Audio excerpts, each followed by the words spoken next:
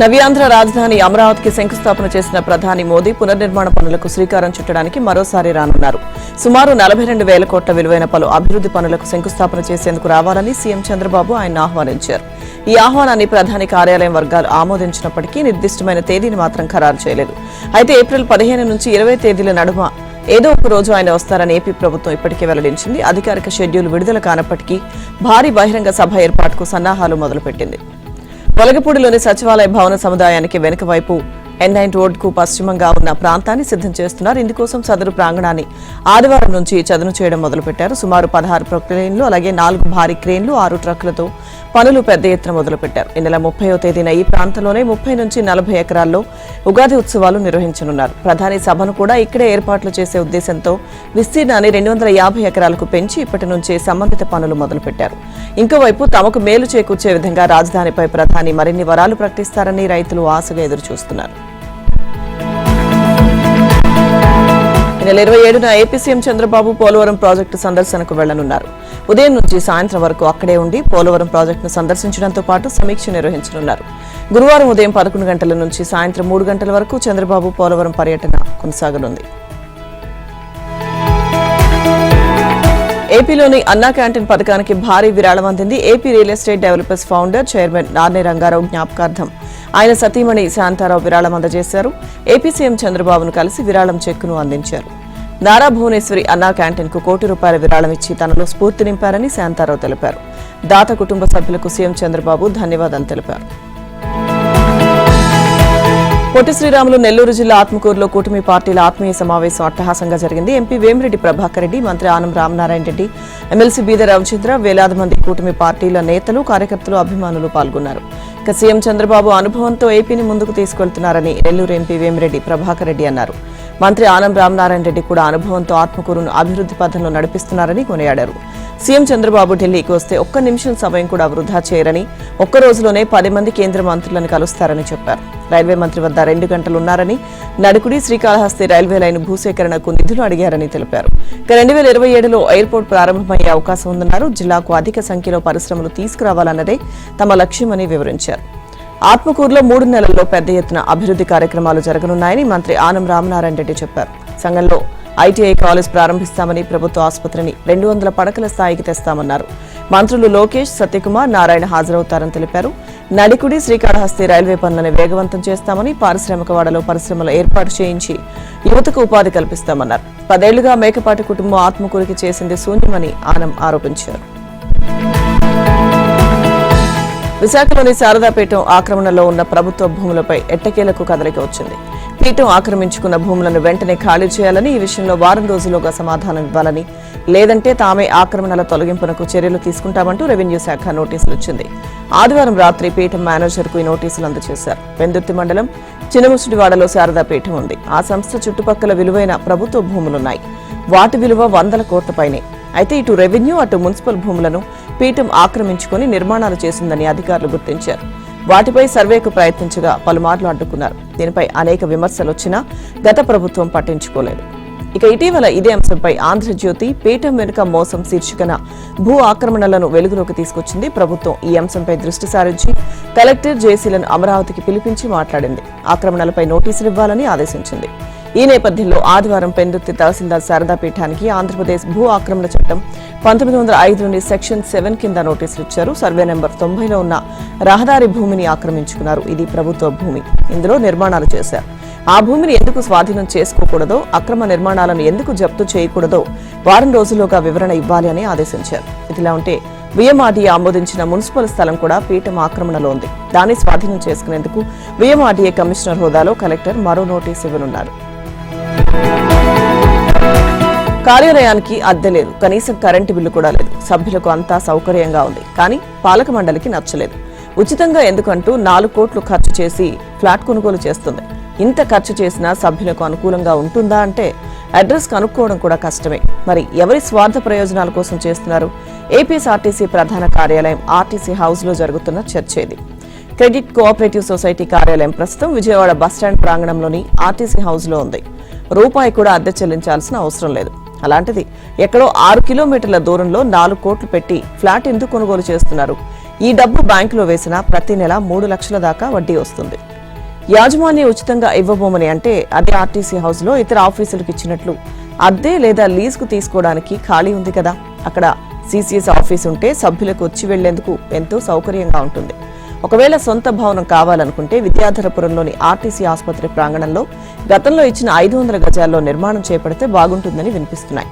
ఇక సీసీఎస్ పాలక మండలి స్వలాభం కోసం ఫ్లాట్ కొనాలనే నిర్ణయం తీసుకుందని, ఏదో మమ అనిపించేందుకు ఈ నెల 26న తీర్మానం చూపించి ఇప్పటికే చేసుకున్న అగ్రిమెంట్ ప్రకారం భారతీనగర్లో కొనుగోలు చేసేందుకు సిద్ధమైందని చెబుతున్నారు. ఈ భవనం నిర్వహణతో పాటు విద్యుత్ బిల్లులు, ఇతరత్ర ఖర్చులు అన్నీ కలిపి నెలకు 2 లక్షలకు పైనే వస్తాయని చెబుతున్నారు. 4 కోట్ల రూపాయలకు వడ్డీ కోల్పోవడంతో పాటు ఏటా 25 లక్షల వరకు అదనపు భారం సీసీఎస్ పైన పడుతుందని ఆర్టీసీ హౌస్ లో బహిరంగంగా ఆగ్రహం వ్యక్తం చేస్తున్నారు. భద్రాచలం దేవస్థానం అభివృద్ధిపై సీఎం రేవంత్ రెడ్డి దృష్టి సారించారు. ఆలయ అభివృద్ధికి అవసరమైన భూసేకరణ, నిధులకు సంబంధించి పూర్తి వివరాలను ఇవ్వాలంటూ అధికారులను ఆదేశించారు. భద్రాచలం దేవస్థానంలో ఏప్రిల్ 6న నిర్వహించే శ్రీరామనవమి కళ్యాణ మహోత్సవానికి హాజరు కావాలంటూ ముఖ్యమంత్రిని దేవాదాయ శాఖ మంత్రి కొండా సురేఖ, ఆలయ అర్చకులు, అధికారులు ఆహ్వానించారు. ఆదివారం హైదరాబాద్ లో సీఎంను ఆయన నివాసంలో కలిసిన వారు ఆహ్వాన పత్రాన్ని అందించారు. అలాగే డిప్యూటీ సీఎం భట్టి విక్రమార్క, మంత్రి తుమ్మలను ఆహ్వానించారు. ఆ తర్వాత శ్రీరామనవమి బ్రహ్మోత్సవాల వాల్ పోస్టర్ను సీఎం, మంత్రులు కలిసి ఆవిష్కరించారు. ఈ సందర్భంగా సీఎం రేవంత్ రెడ్డి భద్రాచలం ఆలయ అభివృద్ధికి అవసరమైన భూసేకరణ, ఇతర వివరాలను అధికారులను అడిగి తెలుసుకున్నారు. వీటికి సంబంధించి పూర్తి వివరాలు అందించాలని ఆదేశించారు. అనంతరం దేవస్థానం రామాయణ పారాయణదారుడు ఎస్టీజీ అంతర్వేది కృష్ణమాచార్యులు రచించిన తెలుగు కావ్య ప్రబంధ కథలు గ్రంథాన్ని సీఎం ఆవిష్కరించారు. తెలుగులో ఎంతో మంచి గ్రంథాన్ని రాశారని కృష్ణమాచార్యులను ఆయన ప్రశంసించారు. కేసీఆర్ సన్నిహితుడైన ఓ బీఆర్ఎస్ నాయకుడికి బీదర్లో దొంగనోట్ల ప్రింటింగ్ ప్రెస్ ఉందని కేంద్ర హోంశాఖ సహాయ మంత్రి బండి సంజయ్ ఆరోపించారు. కేసీఆర్ మనుషులు బీదర్లో దొంగనోట్లు ముద్రించారన్నారు. ఆ ప్రింటింగ్ ప్రెస్ ను మూసివేసేందుకు తెలంగాణ రాష్ట్ర పోలీసులు వెళ్తే ఒత్తిడి తెచ్చి అక్కడికి వెళ్లకుండా చేశారన్నారు. ఆ తర్వాత జరిగిన ఎన్నికల్లో బీఆర్ఎస్ పంచిన నోట్లన్నీ దొంగ నోట్లేనని ఆరోపించారు. కరీంనగర్లోని తెలంగాణ ఉపాధ్యాయ ప్రాంతీయ సంఘం ఆధ్వర్యంలో కేంద్ర మంత్రి బండి సంజయ్, నూతనంగా ఎన్నికైన బీజేపీ ఎమ్మెల్సీలు బల్క కుబరయ్య, అంజిరెడ్డిని సన్మానించారు. కేసీఆర్ పాలనతో రాష్ట్రం సర్వనాశనమైందన్న బండి సంజయ్, ప్రజలు కాంగ్రెస్ కు అధికారం అప్పగించినా ఇబ్బందులు తప్పడం లేదన్నారు.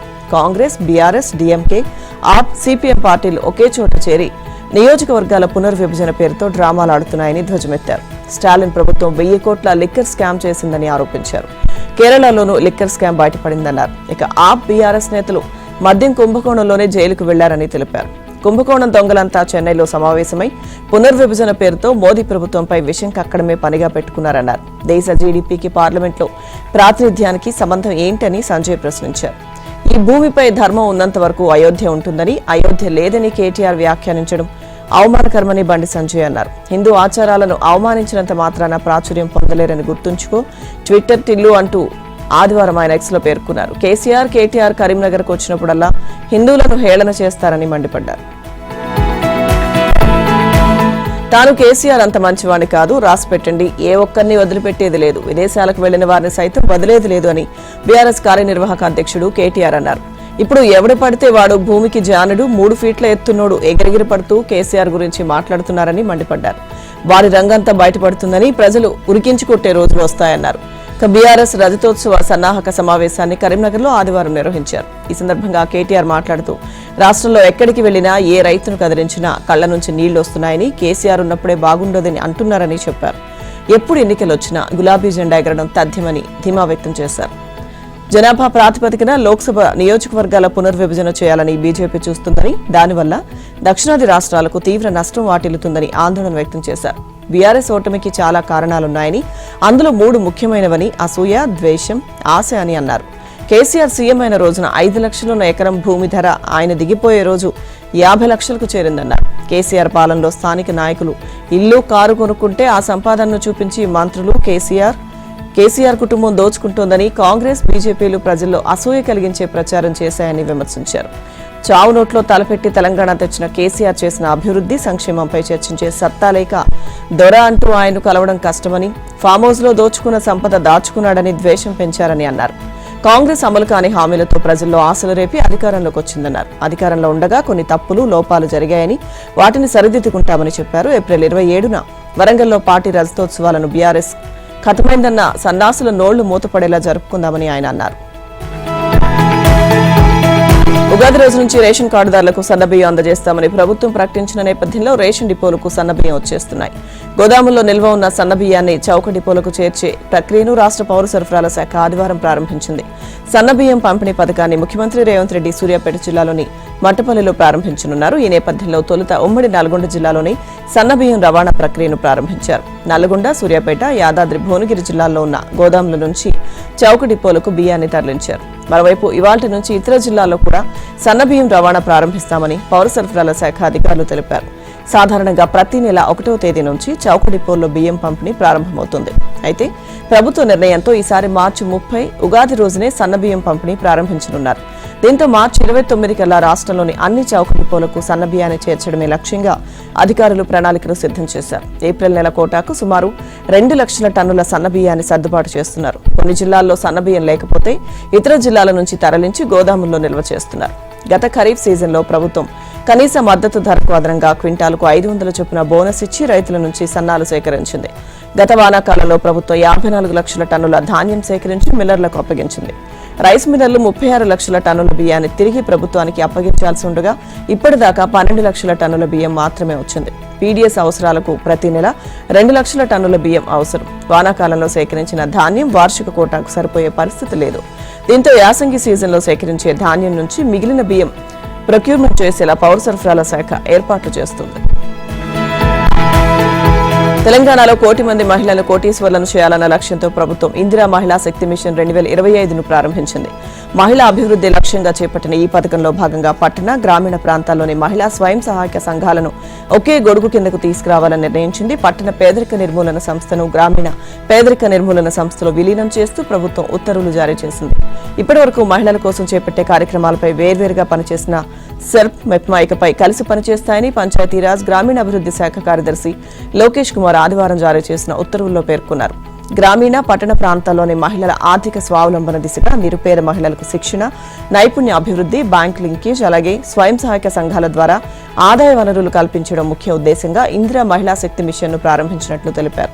గ్రామీణ ప్రాంతాల్లో 47.40 లక్షల మంది మహిళలు, 4.37 లక్షల మహిళా స్వయం సహాయక సంఘాలు, 18,000 విలేజ్ ఆర్గనైజేషన్లు, 553 మండల మహిళా సమాఖ్యలు, 32 జిల్లా మహిళా సమాఖ్యలు పనిచేస్తున్నాయని వివరించారు. అలాగే పట్టణ ప్రాంతాల్లో 1.79 లక్షల ఎస్హెచ్జీల్లో 17.80 లక్షల మంది మహిళలున్నారని, 189 సమాఖ్యలున్నాయని, ఇవన్నీ సెర్ప్ పరిధిలో కొనసాగించనున్నట్లు పేర్కొన్నారు. దేశంలో ఎక్కడా లేని విధంగా తెలంగాణలో 15 నుంచి 18 ఏళ్ల మధ్య వయసున్న బాలికలకు అర్హత కల్పిస్తూ ప్రత్యేకంగా కిశోర బాలికల సంఘాలను ఏర్పాటు చేయాలని నిర్ణయించినట్లు ఉత్తర్వుల్లో పేర్కొన్నారు. కిశోర బాలికలకు నైపుణ్య శిక్షణ, విద్య, ఉపాధి కల్పన ఏర్పాటు చేయనున్నట్టు తెలిపారు. కిశోర్ బాలికల గ్రూప్లోని సభ్యులకు 18 ఏళ్లు నిండిన తర్వాత వారికి స్వయం సహాయక సంఘాల్లో చేరేందుకు వీలు కల్పిస్తామన్నారు. సెర్ప్, మెప్మా విభాగాల్లోని అధికారులు, సిబ్బంది పని విభజనకు సంబంధించి త్వరలోనే విధి విధానాలు రూపొందించనున్నట్లు లోకేష్ కుమార్ వెల్లడించారు. లేఅవుట్ క్రమబద్దీకరణ పథకం ద్వారా 8,800 కోట్ల ఆదాయాన్ని పొందాలని అధికారులు అంచనాలు రూపొందించారు. 2020లో తెలంగాణ వ్యాప్తంగా వచ్చిన 25.68 లక్షల దరఖాస్తుల్లో సుమారు 20 లక్షల మంది ఫీజు చెల్లించినా ఈ మొత్తం వస్తుందని లెక్కగట్టారు. ఎల్ఆర్ఎస్ పథకానికి గత ఆగస్టులో ప్రభుత్వం గ్రీన్ సిగ్నల్ ఇచ్చినప్పటికీ పెద్దగా పురోగతి కనిపించలేదు. ఈ నేపథ్యంలో మార్చి 31 వరకు 25% రాయితీ ఇస్తూ గతంలో ఇచ్చిన ఉత్తర్వుల్లో కొన్ని సవరణలు చేసి పెండింగ్ దరఖాస్తుల ప్రక్రియను వేగవంతం చేయడానికి సర్కార్ చర్యలు చేపట్టింది. రాయితీని ఎక్కువ మంది సద్వినియోగం చేసుకోవాలనే ఉద్దేశంతో ఫీజు చెల్లించాలని 20 లక్షల దరఖాస్తులకు ఒకేసారి లేఖలు పంపింది. మొత్తం దరఖాస్తుల్లో నిషేధిత భూముల పరిధిలో 2.50 లక్షల దరఖాస్తులు, జలవనరులకు ఆనుకుని ఉన్న వాటికి సంబంధించి 1.60 లక్షల దరఖాస్తులు, ఇతర సాంకేతిక కారణాలతో మరికొన్ని కలిపి సుమారు 5 లక్షలకు పైగా దరఖాస్తులను అధికారులు పెండింగ్లో పెట్టారు. ఫీజు చెల్లించాలని లేఖలు పంపిన 20 లక్షల దరఖాస్తుల్లో 30% మంది ఈ నెలాఖరులోగా ముందుకొస్తారని అంచనా వేసిన అధికారులు వారి నుంచి సుమారు 2,000 కోట్ల రూపాయల ఆదాయం సమకూరుతుందని భావిస్తున్నారు. గత 3 వారాల్లో రాయితీ పథకం కింద 1,25,723 మంది ఫీజు చెల్లించగా శుక్రవారం రాత్రి 12 గంటల వరకు 500 కోట్ల ఆదాయం వచ్చింది. 2 రోజుల నుంచి దరఖాస్తుల స్పందన బాగుందని, నెలాఖరు నాటికి ఇంకో 1,500 కోట్ల ఆదాయం వస్తుందని అధికారులు భావిస్తున్నారు. ఎల్ఆర్ఎస్ ఫీజు చెల్లించిన వెంటనే ప్రొసీడింగ్స్ ఇవ్వడం లేదంటూ దరఖాస్తుదారులు ఆందోళన చెందుతున్నారు. ప్రభుత్వం ఇచ్చిన ఉత్తర్వుల్లో 10 రోజుల వ్యవధిలో ప్రొసీడింగ్స్ ఇస్తామని చెప్పినా కొన్ని ప్రాంతాల్లో ఈ విషయంలో దరఖాస్తుదారులకు తలెత్తుతున్న సందేహాలను క్షేత్రస్థాయి అధికారులు నివృత్తి చేయడం లేదన్న విమర్శలున్నాయి. ఫీజులు చెల్లించినా ప్రొసీడింగ్స్ ఎందుకు ఇవ్వడం లేదంటూ దరఖాస్తుదారులు 3 రోజుల క్రితం ఖైరతాబాద్ జోనల్ కార్యాలయంలో ఆందోళన చేశారు. ఈ విషయంలో స్పష్టత ఇవ్వాల్సిన అధికారులు తమకేమీ తెలియదన్నట్లు వ్యవహరిస్తుండటంతో దరఖాస్తుదారులు ఫీజు కట్టాలా వద్దా అనే సందిగ్ధంలో ఉన్నారు. ఈ విషయంపై డీటీసీపీ రేవంత్ రెడ్డి మాట్లాడారు. ఫీజు చెల్లించాక క్షేత్రస్థాయి విచారణ ఉంటే తప్ప ప్రొసీడింగ్స్ ఆపడం లేదన్నారు. బెట్టింగ్ యాప్స్ ప్రమోషన్ల రచ్చలోకి తెలుగు సినీ రంగ అగ్రనటులు వచ్చి చేరారు. ఈ మేరకు సినీ నటులు బాలకృష్ణ, ప్రభాస్, గోపీచంద్ పై సైబర్ క్రైమ్ విభాగానికి ఆన్లైన్లో న్యాయవాది ఎమ్మినేని రామారావు ఆదివారం ఫిర్యాదు చేశారు. Nandamuri Balakrishna, Tottempudi Gopichand, Uppalapati Venkata Suryanarayanaraju alias Prabhas Chinese betting app అయిన Fun88 ను ప్రమోట్ చేశారని ఫిర్యాదులో పేర్కొన్నారు. యాప్ నిర్వాహకులు మ్యూల్ ఖాతాల ద్వారా కోట్లాది రూపాయలను చైనాకు తరలించారని వివరించారు. దేశ భద్రతకే సవాల్గా మారిన Fun88 betting app Google play స్టోర్లో అందుబాటులోనే ఉందని, దాన్ని వెంటనే బ్లాక్ చేయాలని రామారావు కోరారు. ఇక బెట్టింగ్ యాప్స్ వెబ్సైట్లపై రాష్ట్రంలోని వివిధ పోలీస్ స్టేషన్లు, సైబర్ క్రైమ్, సైబర్ సెక్యూరిటీ బ్యూరోల్లో ఇప్పటిదాకా 385 కేసులు నమోదైనట్లు సమాచారం. అయితే బెట్టింగ్ యాప్స్ ప్రమోషన్స్ లో పాల్గొన్న వారికి నోటీసులు ఇచ్చి విచారించడానికి ముందు భిన్న కోణాల్లో దర్యాప్తు చేపట్టాలని ఉన్నతాధికారుల నుంచి స్టేషన్ హౌస్ ఆఫీసర్లకు ఆదేశాలు అందినట్టు తెలుస్తోంది. ఆత్మహత్య కేసులను రీఓపెన్ చేసి ఆయా మరణాలకు ఏ బెట్టింగ్ యాప్స్ కారణం, ఎవరెవరు ఆ యాప్లను ప్రమోట్ చేశారో అనే విషయాలను ధృవీకరించుకుని అన్నింటినీ ఆ కేసుకు జతపరచాలని సూచించినట్లు సమాచారం. ఇక బెట్టింగ్ యాప్స్ ద్వారా వేల కోట్ల రూపాయల దందా సాగుతోందని, ఇందులో అధిక శాతం వాటా చైనా కంపెనీలదే అని దర్యాప్తు అధికారులు తెలిపారు. ఆన్లైన్ గేమింగ్ ప్లాట్ఫామ్ కు సంబంధించి ప్రభుత్వ అనుమతులున్న భారతీయ కంపెనీలు 28% జీఎస్టీ చెల్లించాల్సి ఉంటుంది. జీఎస్టీ చెల్లించని గేమింగ్ యాప్ సంస్థలపై ఇటీవల జీఎస్టీ ట్యాక్స్ ఇంటెలిజెన్స్ అధికారులు కొరడా ఝళిపించారు. 357 వెబ్సైట్లను బ్లాక్ చేయడంతో పాటు బ్యాంకు ఖాతాలను ఫ్రీజ్ చేశారు.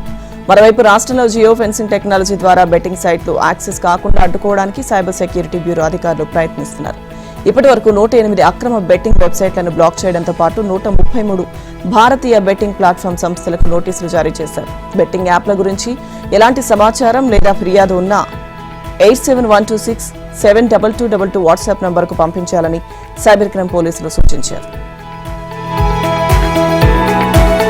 మానవ అవయవ మార్పిడిలో అక్రమాలకు పాల్పడే వారిపై ప్రభుత్వం ఉక్కుపాదం మోపనుంది. నిబంధనలకు విరుద్ధంగా అవయవ మార్పిడులకు పాల్పడితే భారీ జరిమానాతో పాటు 10 ఏళ్ల జైలు శిక్ష కూడా విధించనుంది. ఈ మేరకు కేంద్ర మానవ అవయవాలు కణజాలాల మార్పిడి చట్టం 2011ను తెలంగాణ ప్రభుత్వం అడాప్ట్ చేసుకోనుంది. ఇందుకు సంబంధించి ఇవాళ శాసనసభలో తీర్మానం ప్రవేశపెట్టనుంది. ఈ చట్టాన్ని అడాప్ట్ చేసుకునేందుకు ఇప్పటికే రాష్ట్ర మంత్రిమండలి ఆమోదం తెలిపింది. శాసనసభ ఆమోదం తర్వాత దీన్ని గవర్నర్కు పంపనున్నారు. గవర్నర్ ఆమోదముద్ర పడగానే అధికారికంగా గెజెట్ విడుదల చేయనున్నారు. దీంతో అవయవ మార్పిడిలో నిబంధనలు ఉల్లంఘించిన, అక్రమాలకు పాల్పడినా శిక్షలు చాలా కఠినంగా ఉండనున్నాయి. అలాగే అవయవాల లభ్యత పెరగడంతో పాటు ప్రభుత్వ పర్యవేక్షణ ఉంటుంది. ఇప్పటిదాకా కుటుంబ సభ్యుల మధ్య ఉన్న సజీవ అవయవ దాన పరిధి విస్తృతమవుతోంది. అమ్మమ్మ, తాతయ్య సైతం తమ మనవళ్లు, మనవరాళ్లకు అవయవ దానం చేసే వెసులుబాటు కలుగుతుంది. కేంద్ర ప్రభుత్వం 1994లో తొలిసారిగా కేంద్ర మానవ అవయవ మార్పిడి చట్టం 1994ను తీసుకొచ్చింది.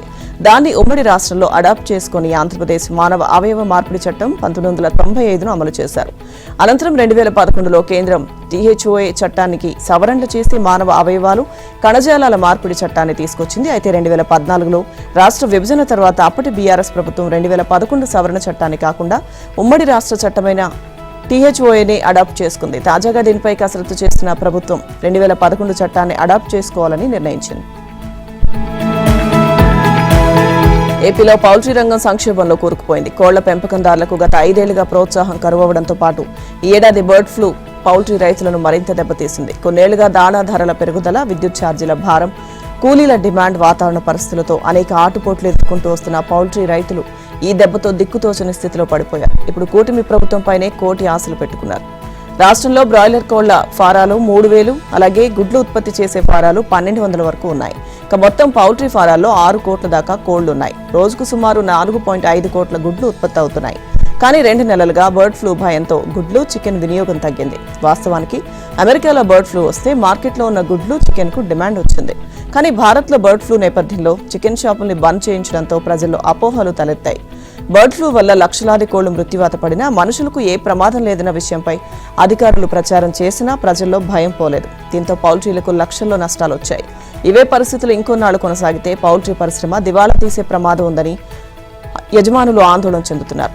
ఇప్పటికే పౌల్ట్రీ పరిశ్రమ సంక్షోభంలో నడుస్తుంది. గత ప్రభుత్వం తెచ్చిన పౌల్ట్రీ పాలసీతోనే కోళ్ల ఫారాల నిర్వాహకులు కుదేలయ్యారు. పౌల్ట్రీ కాంప్లెక్స్ల ఏర్పాటు, విద్యుత్ ఛార్జీలు, దాణా తయారీ, రవాణా, గుడ్ల ఎగుమతులు వంటి విషయాలు అనేక సమస్యలు చవిచూశారు.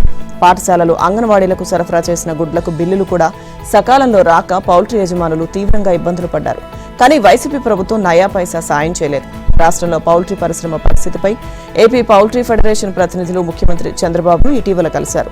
పౌల్ట్రీ రంగాన్ని సంక్షోభంలోకి నెట్టేలా గత ప్రభుత్వంలో తెచ్చిన పౌల్ట్రీ పాలసీని పునఃసమీక్షించాలని విజ్ఞప్తి చేశారు. తమ సమస్యలపై ప్రభుత్వం త్వరగా నిర్ణయం తీసుకుని పౌల్ట్రీ పరిశ్రమను ఆదుకోవాలని పౌల్ట్రీ ఫెడరేషన్ కోరుతోంది. అకాల వర్షానికి ఈదురుగాలులు తోడవడంతో ఏపీలోని కొన్ని జిల్లాల్లో పంటలకు నష్టం వాటిల్లింది. ఉమ్మడి అనంతపురం జిల్లాలోని పలు మండలాల్లో ఈదురుగాలులు బీభత్సం సృష్టించాయి. 36.11 కోట్ల విలువైన పలు రకాల ఉద్యాన పంటలు దెబ్బతిన్నాయి. పంట కోత దశలోని అరటి, బొప్పాయితో పాటు మామిడి, మొక్కజొన్న పంటలకు నష్టం వాటిల్లింది. అనంతపురం జిల్లా పుట్లూరు, ఎలనూరు, యాడికి, సింగనమల మండలాల్లోని 557.20 హెక్టార్లలో 34.82 కోట్ల విలువైన అరటి పంట దెబ్బతింది. అలాగే 2 హెక్టార్లలో 7.50 లక్షల విలువైన బొప్పాయి, లక్ష విలువైన మామిడి పంట దెబ్బతిన్నాయి. ఎల్లనూరు, పుట్లూరు మండలాల్లో 35 హెక్టార్లలో 30.09 లక్షల విలువైన మొక్కజొన్న దెబ్బతింది. శ్రీ సత్యసాయి జిల్లా తాడిమర్రి, ముదిగుబ్బ మండలాల్లో 110.5 హెక్టార్లలో చేతికొచ్చిన 1.20 కోట్ల విలువైన అరటి పంట దెబ్బతింది. కడప జిల్లా పులివెందుల నియోజకవర్గంలోని లింగాల మండలంలో దాదాపు గంట పాటు వీచిన ఈదురుగాలులకు వడగళ్లు కూడా తోడవడంతో అరటి తోటలు పూర్తిగా దెబ్బతిన్నాయి. దిగుబడులు వచ్చే సమయానికి పంట నేలమట్టమైందని రైతులు వాపోతున్నారు. లింగాల మండలంలో దాదాపు 2455 ఎకరాల్లో పంట నష్టం జరిగిందని ఉద్యాన శాఖ అధికారి రాఘవేందర్ రెడ్డి తెలిపారు. దాదాపు 20 కోట్ల మేర నష్టం వాటిల్లినట్లు అంచనా వేశామన్నారు. నష్ట నివేదికను ప్రభుత్వానికి పంపిస్తామని తెలిపారు. విదర్భ నుంచి మధ్య మహారాష్ట్ర అలాగే కర్ణాటక మీదుగా కేరళ వరకు ఉపరితల ద్రోణి విస్తరించింది. మరోవైపు బంగాళాఖాతంలో కొనసాగుతున్న అధిక పీడనం ప్రభావంతో సముద్రం నుంచి భూ ఉపరితలంపైకి తేమగాలులు వేస్తున్నాయి. వీటికి వాయువ్య భారతం నుంచి వీచే పొడిగాలులు కలుస్తున్నాయి. వీటన్నింటి ప్రభావంతో రాయలసీమ, కోస్తాల వాతావరణంలో అనిశ్చితి నెలకొంది. పలుచోట్ల తేలికపాటి నుంచి మోస్తరు వర్షాలు కురిశాయి. మరోవైపు రానున్న 24 గంటల్లో రాయలసీమ, కోస్తాలో అక్కడక్కడ ఉరుములు, ఈదురుగాలులతో వర్షాలు కురుస్తాయని, 1-2 చోట్ల వడగళ్ల వాన కురిసే అవకాశం ఉందని వాతావరణ శాఖ తెలిపింది.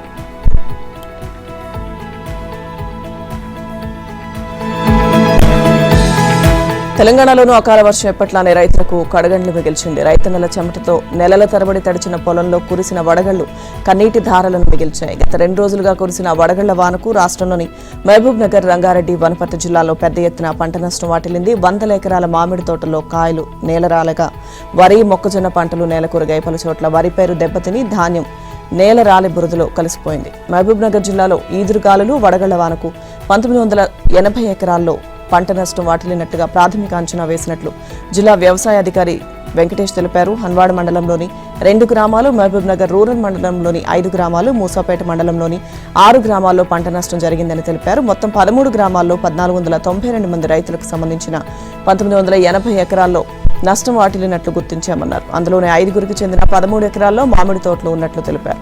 సోమవారం నుంచి క్షేత్రస్థాయిలో పంట నష్టాన్ని పరిశీలిస్తామని తెలిపారు. 33% కంటే అధికంగా నష్టం జరిగినట్లు నిర్ధారణ అయితే ప్రభుత్వానికి నివేదిక పంపిస్తామని ఆంధ్రజ్యోతికి వివరించారు. రైతులతో పక్క కన్నీరు పెట్టిస్తున్న అకాల వర్షాలు మరోపక్క రాష్ట్ర రాజధాని హైదరాబాద్ ప్రజలకు మాత్రం ఎండల నుంచి ఉపశమనం ఇచ్చాయి. శుక్రవారం రాత్రి దంచికొట్టిన వానతో వాతావరణం మారిపోయింది. హైదరాబాద్ ఒక్కసారిగా చల్లబడింది. 3 రోజుల క్రితం 40 డిగ్రీల దాకా నమోదైన ఉష్ణోగ్రతలు శని, ఆదివారాల్లో పడిపోయాయి. పగటి ఉష్ణోగ్రతలతో పాటు రాత్రి ఉష్ణోగ్రతలు కూడా బాగా తగ్గాయి. ఢిల్లీ హైకోర్టు న్యాయమూర్తి జస్టిస్ యశ్వంత్ వర్మ ఇంట్లో నోట్ల కట్టల వ్యవహారానికి సంబంధించి సుప్రీంకోర్టు తన వెబ్సైట్లో అప్లోడ్ చేసిన నివేదిక ద్వారా పలు కీలక అంశాలు బయటపడ్డాయి. ఢిల్లీ హైకోర్టు ప్రధాన న్యాయమూర్తి జస్టిస్ దేవేంద్ర కుమార్ ఉపాధ్యాయకు ఈ వ్యవహారం గురించి మార్చి 15 సాయంత్రం తెలియగా ఆ తర్వాత కొద్దిసేపటికి ఆయన ఈ విషయాన్ని supreme CJ justice Sanjiv Khanna దృష్టికి తీసుకువెళ్లారు. శనివారం రాత్రి పొద్దుపోయాక సుప్రీంకోర్టు అప్లోడ్ చేసిన 25 పేజీల డాక్యుమెంట్లో 2వ పేజీలోనే ఈ విషయం స్పష్టంగా ఉంది. జస్టిస్ వర్మ ఇంటి ప్రాంగణంలోని స్టోర్ రూమ్లో సగం తగలబడిపోయిన డబ్బు కట్టలున్న 4-5 గోనె సంచులున్నట్లు ఢిల్లీ పోలీస్ కమిషనర్ ఇచ్చిన నివేదిక, సీజేఐకి Delhi high court CJ justice Devendra Kumar Upadhyay ఇచ్చిన నివేదిక, వారి మధ్య జరిగిన ఉత్తర ప్రత్యుత్తరాలు, ప్రమాదం జరిగిన స్టోర్ రూమ్లో డబ్బు కట్టలున్న ఫోటోలు, వీడియో లింక్తో సహా మొత్తం 25 పేజీల పీడీఎఫ్ను సుప్రీంకోర్టు తన వెబ్సైట్లో అప్లోడ్ చేసింది. ఇందులో జస్టిస్ ఉపాధ్యాయ సీజేఐకి ఇచ్చిన నివేదికలో పలు కీలక విషయాలున్నాయి. మార్చి 14వ తేదీన రాత్రి 11:30 జస్టిస్ వర్మ ఇంటి ప్రాంగణంలో జరిగిన అగ్ని ప్రమాదం, సగం కాలిన నోట్ల కట్టల గురించి ఢిల్లీ పోలీస్ కమిషనర్ సంజయ్ అరోరా మార్చి 15 సాయంత్రం 4:50 సమయంలో లక్నోలో ఉన్న తనకు వెల్లడించారని తెలిపారు. అదే రోజు తాను ఆ విషయాన్ని సీజేఐ దృష్టికి తీసుకెళ్లిన విషయాన్ని కూడా అందులో ప్రస్తావించారు. ప్రమాదం జరిగిన రోజు జస్టిస్ వర్మ వ్యక్తిగత కార్యదర్శి పోలీస్ కంట్రోల్ రూమ్ కు ఫోన్ చేశారని, అగ్నిమాపక కేంద్రానికి ఫోన్ చేయలేదని జస్టిస్ ఉపాధ్యాయ స్పష్టం చేశారు. అగ్ని ప్రమాదం జరిగిన స్టోర్ రూమ్ లోకి ఎవరో బలవంతంగా ప్రవేశించిన ఆనవాళ్లేవీ లేవని, జస్టిస్ వర్మ కుటుంబ సభ్యులకు, పనివారికి మాత్రమే దాంట్లోకి ప్రవేశం ఉందని తేల్చి చెప్పారు. ఆ గదికి తాళం కూడా ఉందన్న విషయాన్ని, 15వ తేదీ ఉదయం ఆ గది నుంచి సగం కాలిన వస్తువులు, ఇతర వ్యర్థాలను తొలగించిన విషయాన్ని అక్కడున్న సెక్యూరిటీ గార్డ్ ధృవీకరించాడని వెల్లడించారు. యశ్వంత్ వర్మతో ఫోన్లో మాట్లాడానని, 17వ తేదీన ఉదయం 8:30 సమయంలో ఆయన తనను కలిశారని చెప్పారు. ఢిల్లీ పోలీస్ కమిషనర్ తనకు వాట్సాప్ ద్వారా షేర్ చేసిన ఫోటోలు, వీడియోలను చూపించగా అదంతా తనపై జరుగుతున్న కుట్రగా జస్టిస్ వర్మ పేర్కొన్నారని వివరించారు. 20వ తేదీన ఫోటోలు, వీడియోలను సీజేఐకి పంపినట్టు వెల్లడించారు. అదే రోజు సాయంత్రం జస్టిస్ వర్మను అలహాబాద్ హైకోర్టుకు బదిలీ చేయాలన్న ప్రతిపాదన గురించి తనకు సీజేఐ నుంచి సమాచారం వచ్చిందని, అందుకు తాను అంగీకరించానని పేర్కొన్నారు. అందుబాటులో ఉన్న వివరాలు, జస్టిస్ వర్మ స్పందన, పోలీస్ కమిషనర్ ఇచ్చిన నివేదిక, తాను జరిపిన విచారణ ప్రకారం ఆ గదిలోకి పనివారు, తోట పనివారు, కుటుంబ సభ్యులు, సిపిడబ్ల్యూడీ సిబ్బందికి తప్ప బయట వారెవరికీ ప్రవేశం లేదని తేల్చి చెప్పారు. ప్రాథమిక ఆధారాలున్నందున ఈ కేసులో మరింత లోతైన దర్యాప్తు అవసరమని అభిప్రాయపడ్డారు. రోడ్డు భద్రతపై అవగాహన కల్పించేందుకు ఢిల్లీలోని కాన్స్టిట్యూషన్ క్లబ్ లో పార్లమెంటేరియన్ల కార్ ర్యాలీ నిర్వహించారు. కేంద్ర మంత్రులు, ఎంపీలు జెండా ఊపి ర్యాలీని ప్రారంభించారు. రోడ్డు భద్రతపై అవగాహన కల్పించేందుకు ర్యాలీ నిర్వహించామని కేంద్ర మంత్రి రామ్మోహన్ నాయుడు తెలిపారు. డ్రైవింగ్ చేసే సమయంలో సీట్ బెల్ట్ సరిగా పెట్టుకోకపోవడం చిన్న పొరపాట్లే ప్రాణాలు తీస్తున్నాయని తెలిపారు. ఢిల్లీ పార్లమెంట్లో ఇవాళ్టి నుంచి అరకు కాఫీ స్టాల్స్ ఏర్పాటు చేయనున్నారు. అరకు కాఫీకి విస్తృత ప్రచారం కల్పించేందుకు స్పీకర్ అవకాశం కల్పించారు. స్పీకర్ ఆదేశాలతో 2 స్టాల్స్ ఏర్పాటుకు లోక్సభ భవనాల డైరెక్టర్ కుల్మోహన్ సింగ్ అరోరా ఉత్తర్వులు జారీ చేశారు. సంఘం 1-2 కోర్ట్ యార్డ్ వద్ద స్టాల్స్ ఏర్పాటు చేసేందుకు లోక్సభ సచివాలయం అనుమతిచ్చింది. దీంతో నేటి నుంచి నెల 28 వరకు స్టాల్స్ ఏర్పాటుకు అవకాశం కల్పించారు. దీంతో కాఫీ స్టాల్స్ ఏర్పాటు కోసం గిరిజన కోఆపరేటివ్ సొసైటీ అధికారులు ఢిల్లీ వెళ్లారు. ఇప్పటికే గిరిజన శాఖ మంత్రి గుమ్మడి సంధ్యారాణి ఢిల్లీకి వెళ్లారు. సుప్రీంకోర్టు తీర్పులను ప్రాంతీయ భాషల్లో అందుబాటులోకి తీసుకొస్తున్నట్టు కేంద్ర న్యాయశాఖ మంత్రి అర్జున్ రామ్ మేఘ్వాల్ తెలిపారు. ఏఐ సాంకేతికతతో అనువదించే ప్రక్రియ జరుగుతోందని చెప్పారు. ఏఐ, మెషిన్ లెర్నింగ్ల సహకారంతో కోర్టులో జరిగే వాదనలు, తీర్పులను ప్రాంతీయ భాషలోకి అనువదించే ప్రక్రియ జరుగుతోందని తెలిపారు. నేషనల్ ఇన్ఫర్మేటిక్స్ సెంటర్ ఇందులో కీలక పాత్ర పోషిస్తుందని పేర్కొన్నారు. పార్లమెంట్లో ఇటీవల మాట్లాడుతూ ఈ విషయాలను వెల్లడించారు. తెలుగుతో పాటుగా అస్సామీ, బెంగాలీ, గారో, గుజరాతీ, హిందీ, కన్నడ, కశ్మీరీ, ఖాసీ, కొంకణి, మలయాళం, మరాఠీ, నేపాలీ, ఒడియా, పంజాబీ, సంథాలీ, తమిళం, ఉర్దూలోకి అనువదిస్తున్నట్టు వివరించారు. ఇందుకోసం సుప్రీంకోర్టు రిజిస్ట్రీ, ఐఐటీ మద్రాస్ సహకారం తీసుకుంటోందని తెలిపారు. అనువాదాలకు సంబంధించిన నమూనాలను 200 మంది అడ్వకేట్ ఆన్ రికార్డులకు అందించామని పేర్కొన్నారు. వాటిపై వారి అభిప్రాయాలను కోరామని తెలిపారు. ఏఐ సాంకేతికతను కేవలం కోర్టులోని వాదనలు, తీర్పుల అనువాదానికి మాత్రమే పరిమితం చేస్తున్నామని, న్యాయ నిర్ణయంలో ఎటువంటి పాత్ర ఉండబోదని స్పష్టం చేశారు. బెంగళూరులోని హుస్కూర్లో మధురమ్మ ఆలయ రథోత్సవంలో అపశృతి చోటు చేసుకుంది. గాలికి 2 రథాలు కూలిపోవడంతో ఓ వ్యక్తి అక్కడికక్కడే మృతి చెందాడు. ఈ రథోత్సవంలో మొత్తం 5 రథాలు పాల్గొన్నాయి. ఈ రథోత్సవానికి వేలాది మంది భక్తులు హాజరయ్యారు. వివిధ గ్రామాల ప్రజలు దీన్ని చూడడానికి వెళ్లారు. ఈ రథాలను 100 సంఖ్యలో ఆవులు, దూడలతో లాగించారు. ఈ క్రమంలో 150 అడుగుల రథం నేల కొరిగింది. దీంతో భక్తుడు దీని కింద చిక్కుకొని మరణించాడు. ఐపీఎల్ 2025లో చెన్నై సూపర్ కింగ్స్ శుభారంభం చేసింది. చపాక్ స్టేడియంలో ముంబై ఇండియన్స్ తో జరిగిన మ్యాచ్లో 4 వికెట్ల తేడాతో గెలుపొందింది. 156 పరుగుల లక్ష్యంతో బ్యాటింగ్ దిగిన చెన్నై 19.1 ఓవర్లో 6 వికెట్లు కోల్పోయి లక్ష్యాన్ని ఛేదించింది. తొలుత టాస్ ఓడి బ్యాటింగ్ కు దిగిన ముంబై నిర్ణీత 20 ఓవర్లలో 9 వికెట్ల నష్టానికి 155 పరుగులు చేసింది. తర్వాత బ్యాటింగ్ దిగిన చెన్నై సూపర్ కింగ్స్ 6 వికెట్ల నష్టంతో 158 పరుగులు చేసి విజయం సాధించింది.